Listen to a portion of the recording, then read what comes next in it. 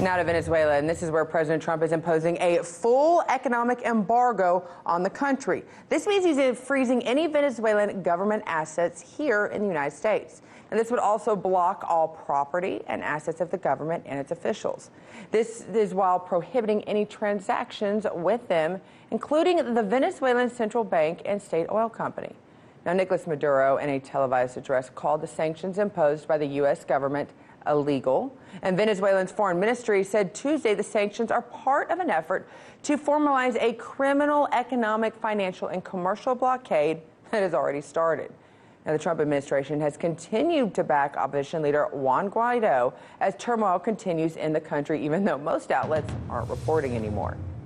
A U.S. aircraft carrier sailed through the disputed South China Sea on Tuesday in what U.S. military officials have called a show of strength amid increased tensions between China and other countries in the region. RT's Rachel Blevins joins me now with all the latest. Rachel, what do we know so far about this sailing through the sea? Was it just a simple sailor's jaunt? Well, the U.S. military announced that an aircraft carrier had sailed through the disputed South China Sea today on its way to the Philippines for a port visit. Now, this was the USS Ronald Reagan, and it was transporting around 70 supersonic FA-18 jets, spy planes, and helicopters. Also on board were a group of generals and officials from the Philippines, as well as a group of journalists. Now, they have traveled through the South China Sea, which is a waterway that has been the subject of disputes over territory for decades. While China claims to own more than 80% of the South China Sea, Vietnam, the Philippines, Malaysia, Taiwan, and Brunei have also claimed to own portions of territory there. So the United States knew that by doing this, there was a chance that they would create some international controversy. Well, obviously, and like you dived in a little bit, but I want to go even more in depth. How have tensions increased recently in this region as we hear stories every day coming out of all those countries specifically?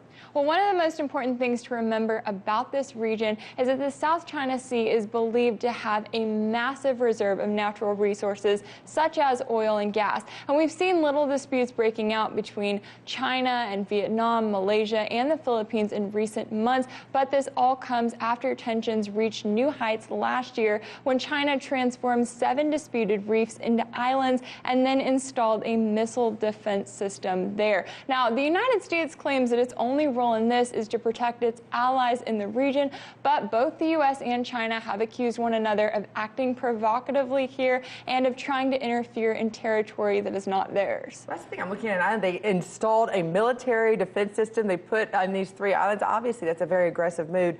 But at this point, what has the U.S. said about this latest incident that's happened?